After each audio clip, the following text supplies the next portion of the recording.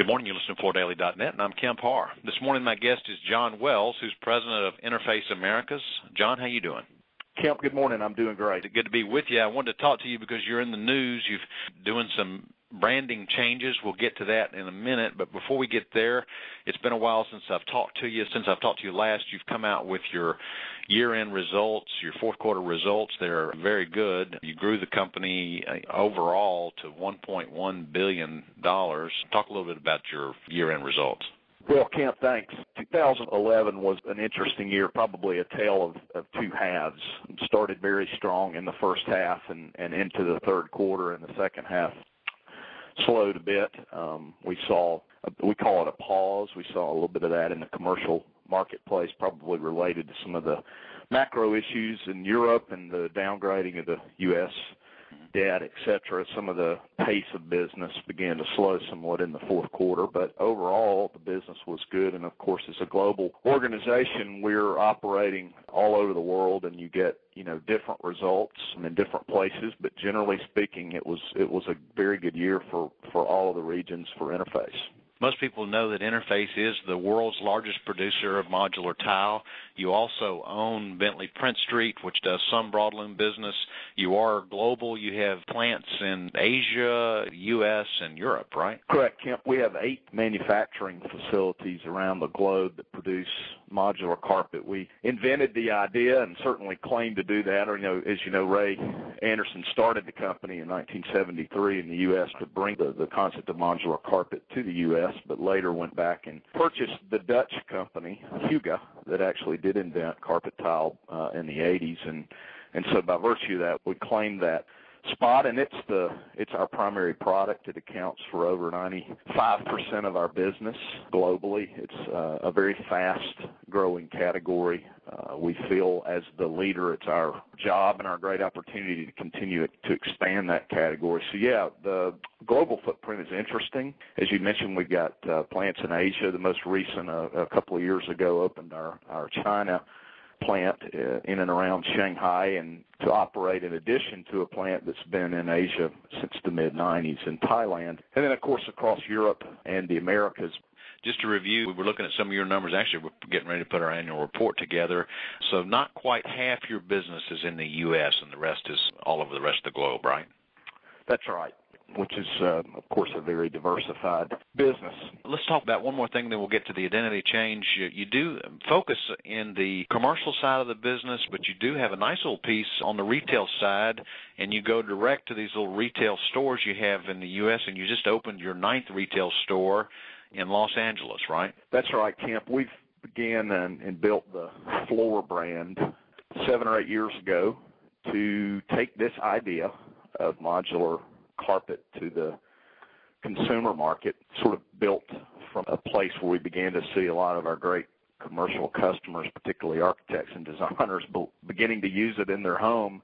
Right. And we said, hey, this is a great solution for the consumer as well. So we began to build the business, and it started as an internet catalog business and grew nicely. And then we began to test our own retail stores a few years ago, and those tests were successful to the point that we've been on a 2-year expansion. And as you mentioned, the latest one was in West Hollywood. It's our second Los Angeles area store, the first one being in Santa Monica. I was out last week at the opening event we had, and it was extremely well attended, and we're very excited about the momentum. You've picked cities where there's an affluent clientele and where there's a lot of urban business. Correct me if I'm wrong, but the majority of your customers are buying these modular carpets, and they're putting them in kind of as making little rugs and breaking up their floors that way, right? Yeah, that's a big part of it. Having a consumer, an internet web-based and catalog business, you over 5 or 6 years, you know where your customers are, and so that helps you know where to locate your store location. So that's where you see us putting the stores. They also happen to be in these really important urban markets where design sensitivity is really important, and this type of product is being used. And the second part of your question is how they're using it. And yes, there's definitely a large part of the business is related to people creating these scalable area rugs, with multiple SKUs and creating unique sizes and unique definitions to space. And we also do a fair amount of wall-to-wall carpet tile. People will use it in various areas, bedrooms and basements and family rooms and all over the house. So both parts of that are growing, and it's a great product for a consumer to be able to design with and to be able to integrate into the design of their flooring. Well, let's get to the change. You're changing the way you're recognized internationally. When Ray Anderson started this company, he called it Interface. Over some period of time, you changed it to Interface Floor, and now you're changing that name worldwide back to Interface. Is that right? Yeah, that's part of it, Kemp. That obviously that's maybe the initial visual is the change of the name back to Interface, and with that will carry a change in the look and feel.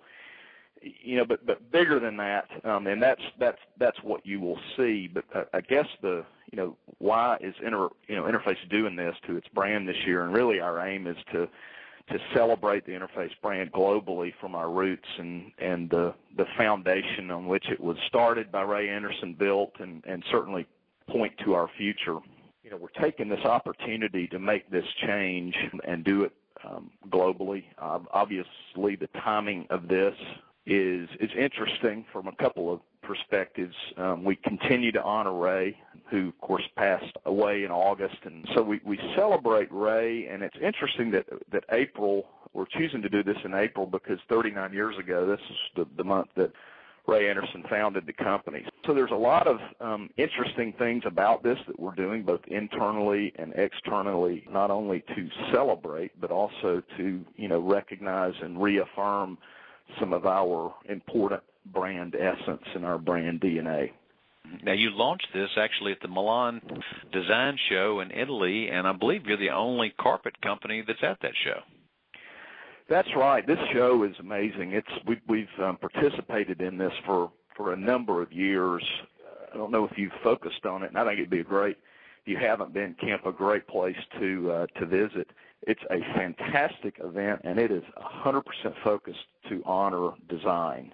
In our show displays this year, you're seeing the new look and feel of this new Interface brand. You're starting to see some of the new elements of it, and this is the beginning. And we will continue this launch and roll it out throughout the year at a number of global events, the next one being NeoCon, where I'll certainly see you in June, and then in August, Saturday in Design in Australia, in September, NeoCon, IDEX in Canada, October, Orgatec in Germany, and then to close out the year at Greenbuild in San Francisco. So you're going to see this new look and feel, this new brand, this new celebration for us, and you're going to see this roll throughout the year. So it's real exciting.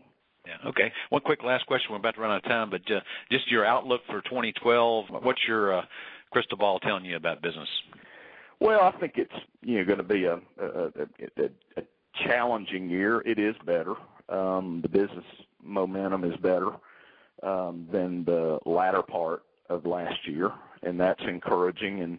And I think, again, in our business, it's very diversified along a number of segments. That's our business strategy, is to be the company that leads the growth of modular carpet to all the different vertical segments, whether it's education, retail, healthcare, hospitality, et cetera. And so across the segments, you see different levels of momentum. But I think when we talk at the end of the year, Kemp, I think we will have had a good year, and I feel some things building. I mean, obviously, there's a lot of things on the horizon that can challenge that internationally in terms of just the economic and political situation, but we're pretty focused and feeling pretty good about 2012.